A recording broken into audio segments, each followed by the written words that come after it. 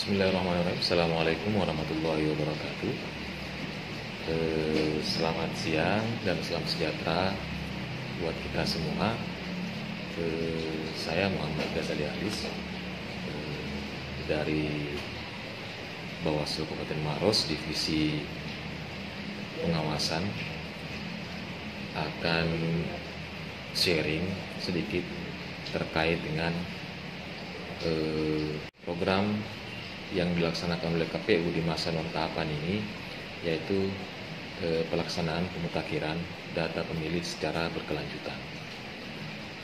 Kegiatan yang dilaksanakan oleh KPU ini merupakan kegiatan yang sangat penting di masa non tahapan ini, karena giat DPB ini untuk memastikan data pemilih itu bisa terakomodir masuk ke dalam daftar pemilih tetap.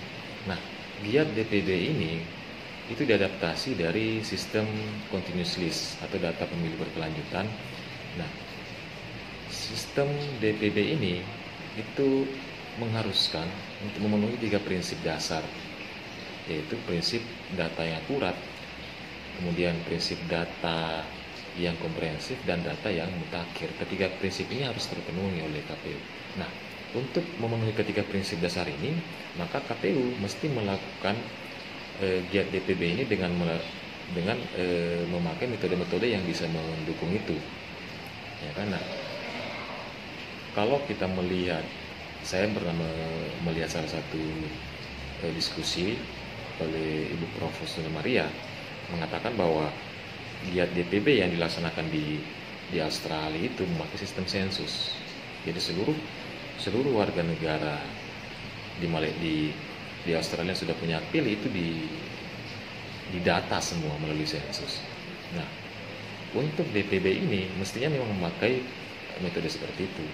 Namun kalau kita melihat apa yang dilakukan oleh KPU berdasarkan hasil pengawasan kami, baik setelah keluarnya PKPU nomor 6 tahun 2021 maupun sebelum keluarnya PKPU, bahwa KPU dalam melakukan pemutakhiran daftar pemilih berkelanjutan itu memakai metode berkoordinasi dengan seluruh stakeholder yang terkait untuk kemudian meminta masukan data-data pemilih, baik itu dari Dukcapil, kemudian data dari sekolah, ya kan, dari sekolah, kemudian data dari Kemenak juga, kemudian mereka juga berkoordinasi dengan pihak pengadilan untuk meminta apakah ada data warga yang dicabut hak pilih dan sebagainya. Kemudian juga berkoordinasi dengan stakeholder yang ada di kecamatan dan kelurahan desa, meminta masukan. Berdasarkan pengamatan pengawasan kami sepanjang tahapan DPB di tahun 2021, setiap pelaksanaan rakor itu kami tidak melihat adanya masukan-masukan dari para stakeholder tersebut secara signifikan.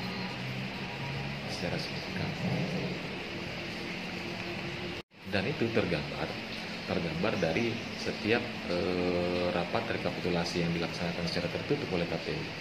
Hasil dari rekapitulasi itu tidak banyak perubahan data pemilu berkelanjutan.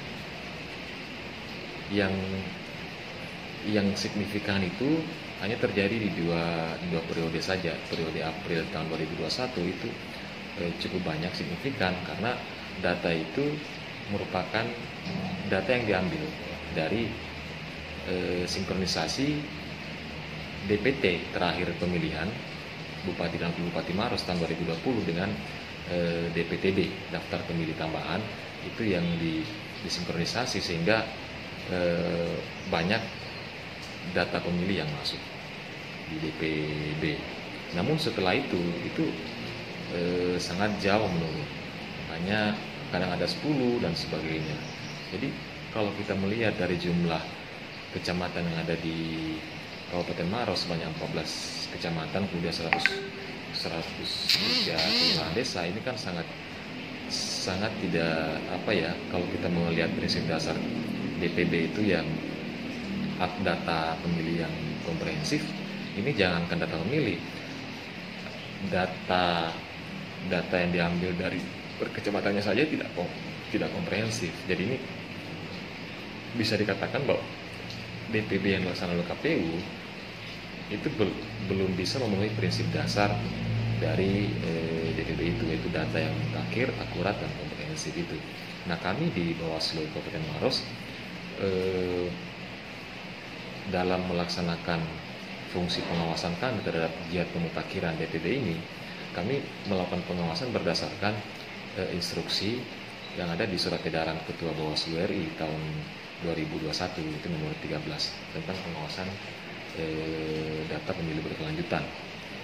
Ada beberapa poin di situ yang menjadi tugas pengawasan kami, yaitu melakukan koordinasi untuk memastikan data-data pemilih yang ada di beberapa stakeholder. Kemudian yang selanjutnya ada juga melaksanakan giat uji petik.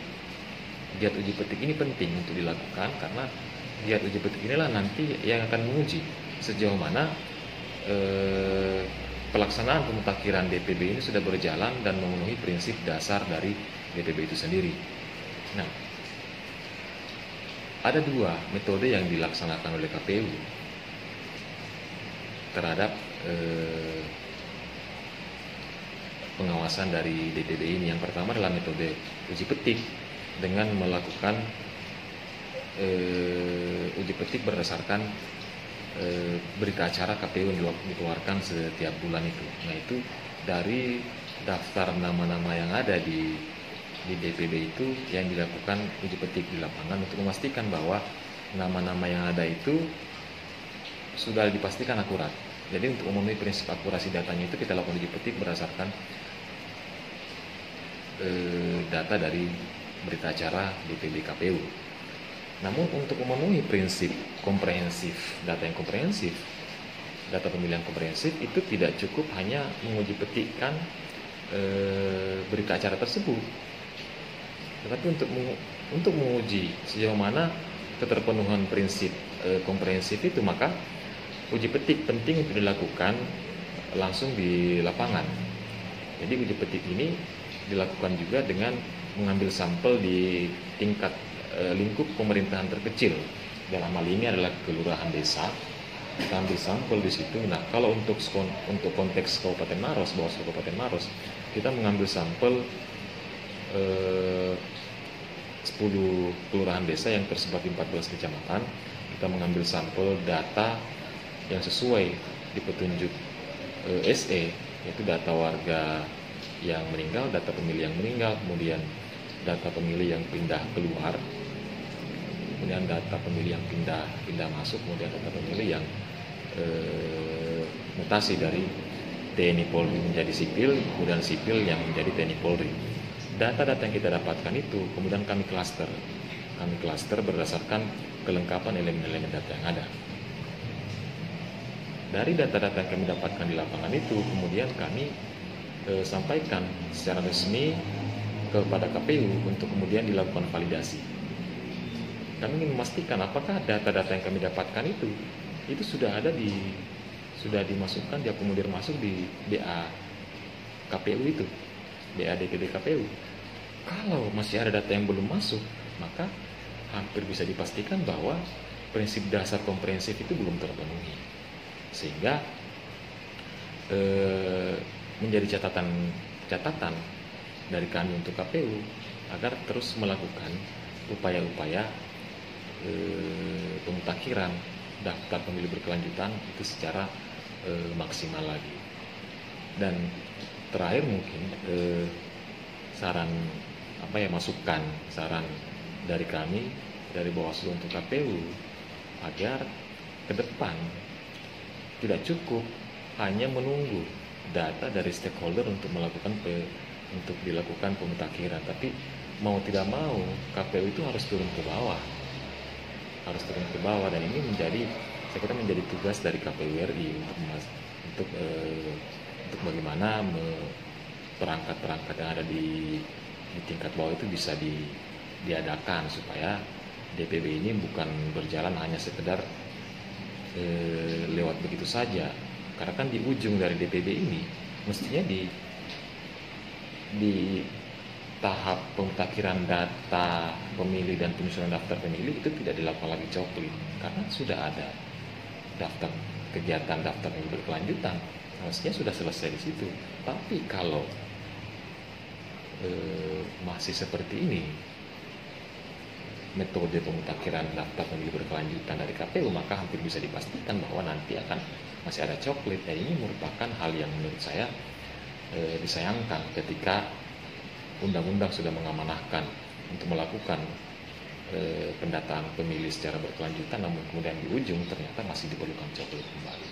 Saya kira itu sekedar sharing dari saya terkait dengan pelaksanaan pemutakhiran data pemilih berkelanjutan di masa non-tahapan ini. Mudah-mudahan ada manfaatnya. Mohon maaf bila ada kekurangan. Sekian, wallahul muwaffiq ila aqwamit thoriq. Wassalamualaikum warahmatullahi wabarakatuh.